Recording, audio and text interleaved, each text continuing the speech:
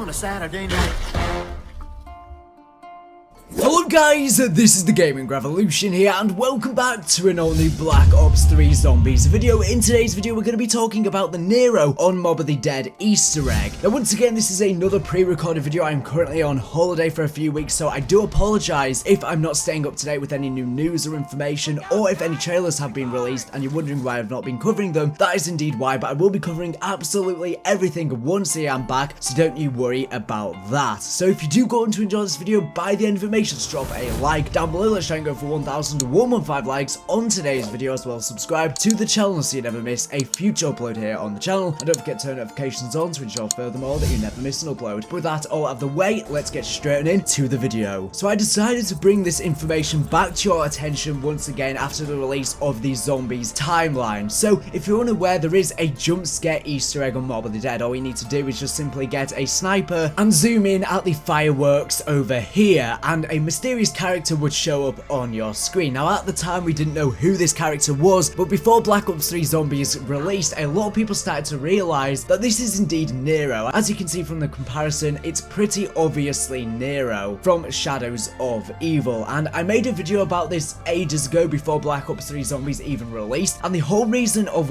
why I've decided to bring you guys this back to your attention is because people didn't really understand why this jump scare was NERO. We knew before Black Ops 3 Zombies released that Shadows of Evil would be linked into Mob of the Dead from various different teasers, but we didn't know how interlinked they would be. But obviously on Mob of the Dead we hear from our characters that they mention the Mob of the Dead characters. They know who they are. Finn O'Leary's whiskey tasted better than this shit. What is this? One of Billy Handsome's trophies? Oh, stop your fucking bitching. Could have been worse. You could have been sent to Alcatraz. I once busted a little weasel who tried to use one of these to blast open a bank safe. Dumbass nearly blew himself up. We have Sal DeLuca's laundry ticket. We also have Icarus flying over in the sky, the Mob of the Dead plane, and there's tons of other references as well. We also know that from the timeline, both places take place within Dimension 63, and Mob of the Dead and Shadows of Evil are very, very similar. They're basically pockets away from reality. They're still within Dimension 3, but they're sort of pockets within Dimension 63. We have Mob of the Dead, that's a pocket taken away, stuck in a cycle, which we presume to be Dr. Monty, who has perpetrated that. And likewise with Shadows of Evil, we have a set of 4 characters who have committed crimes, but they were sort of set up by the Shadow Man. He made them do those crimes, as we learn from the timeline, so that he could then trick them into helping him, which obviously then failed, as they then went to go ahead and work with the Keepers afterwards and then basically defeated him. Then Richtofen came in and took the summoning key at the end of the Easter egg. But why does NERO physically appear within Mob of the Dead as the jump scare? Well, I think this is just another example of the fact that these two maps are very intertwined, and it's just another example of them bleeding into one another. Now on Shadows of Evil, its jump scare is the zombified Richtofen. When you aim with a pack-a-punch sniper over at the Dockland area where the boats are, an image shows up of the zombie Richtofen. Now on Mob of the Dead, there was originally going to be a wonder weapon that was going to be the head of Richtofen. Now the footage that you're seeing within the background is of Sana Disc. I will leave a link to his channel down in this video's description. This was going to be the ultimate Richtofen. It was essentially going to be a zombie head that has essentially been beheaded, but it was cancelled from the game. It was scrapped. So it's very interesting to see how on Mob of the Dead we see NERO as the jump scare from Shadows of Evil, and then on Shadows of Evil we see zombified Richtofen of the jump scare, which is basically from Mob of the Dead. That was the original storyline. Treyarch originally planned some sort of storyline to which the zombified Richtofen would have been beheaded on Mob of the Dead, and that would have been the wonder weapon for the map. I'm not sure if Treyarch are ever going to expand on this storyline that they intended for Mob of the Dead in the next Treyarch title or in any other form, because we don't have any information at the moment, or they might expand on it in the next comic, but I don't think so, because we hear no information about zombified Richtofen being beheaded in Mob of the Dead anywhere within the timeline, but we know it exists within the storyline somehow. This is an adventure which we haven't seen yet, but we know it has been planned. It just didn't make its way into the full release of the game for some reason, the head. As to why they chose NERO in particular for the jump scare, I'm not really sure. It's really weird, since you wouldn't have thought that they would have had the characters planned out, or at least the actors to play the Shadows of Evil crew to make the jump scare, but maybe they did. I really don't know, because obviously NERO is played by Jeff Goldblum, and at the time when Mob of the Dead was released, you would have thought that they wouldn't have known he would be the actor for this map, but maybe they did, and that's how come they were able to put in this jump scare, which they were alluding to something that would be within the next game. We just didn't realize it at the time. I just find this all very interesting. We obviously know about the whole storyline of Richtofen arriving at Dimension 63.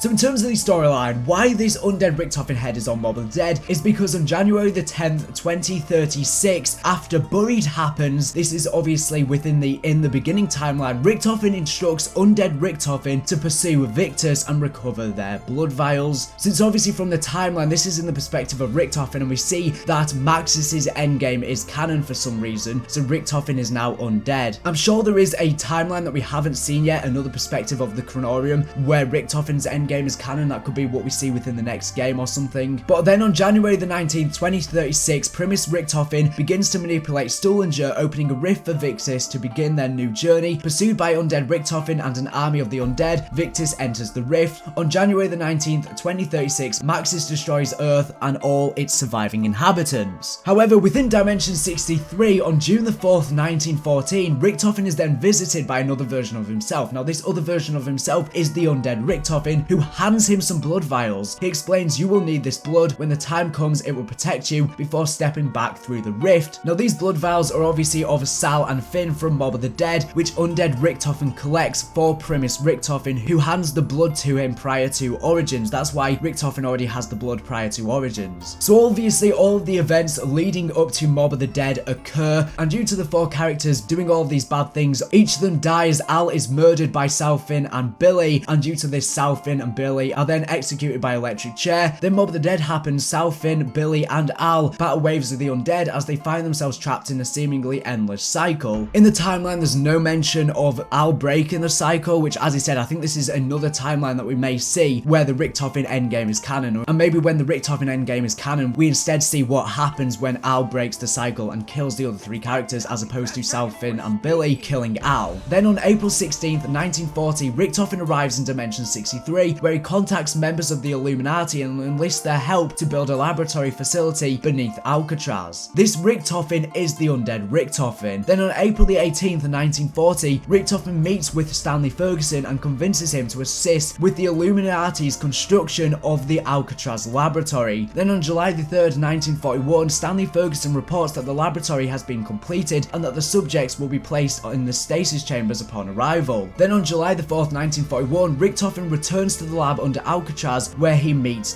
Victus, arriving from the empty Earth with the Chronorium. Upon reading the Chronorium, Richtofen discovers numerous timelines documenting their fates and learns about the blood vials. He would later write on this page, "I know now what I must do, Edward Richtofen, 4th of the 7th, 41. Now, Richtofen then enters a rift to acquire the blood of Sal and Finn. So if we scroll back up through the timeline, this is where we can see these events transpire. So on April the 1st, 1933, Al convinces Sal, Finn, and Billy that they can build a plane and escape Alcatraz. On December the 2nd, 1933, realizing the plane will never be completed and embittered with rage, Sal, Finn, and Billy plot to get revenge on Al. Then on December the 31st, 1933, Finn, Sal, and Billy lure Al to the roof and kill him. Then on January the 11th, 1934, stepping through a rift, Richtofen secures the blood samples of Sal and Finn. This is the one that just read the Chronorium from the transit crew. So he went through a rift and collected the blood samples after the characters died. This is before they enter the purgatory-like realm and enter the cycle. Now bear in mind, this is before January the 19th, 1934, where Sal, Finn, and Billy are executed by electric chair, found guilty of Al's murder. So he collects the blood samples from them whilst they're still alive, which is really weird. I don't know what that is all about, but that's what happens. I don't know how he does that, but it happens somehow. But that is why we have an undead Richtofen wonder weapon within the map, because undead Richtofen traveled there to collect the blood samples of Sal and Finn. Now it's weird why the head is just its head. That doesn't make much sense, because from the timeline we can see that undead Richtofen does not get beheaded anywhere in the storyline or anything like that, so that kind of doesn't make any sense, but it does fit the theme of this storyline. It also explains as to why we see his head as the jump scare on Shadows of Evil, because as I said, they reflect each other, the two maps, and he had been on Mob of the Dead. Now jumping forward, after Richtofen has collected the blood, what he then does is he then goes back to his younger self and gives the blood to the Primus Richtofen prior to Origins, and that's what I talked about earlier. That's what he then does. So then Victus is placed on ice to be kept safe until they are needed next. Then on July the 4th, 1941, Primus arrives to collect the Victus blood samples from Richtofen. Following Primus's departure, Richtofen learns the location of the summoning key and travels to his next location. And then on October the 1st, 1943, BO3, Stanley Ferguson leaves employment at Alcatraz, and then it gets into the whole storyline of Shadows of Evil. That was the whole storyline regarding the transit crew on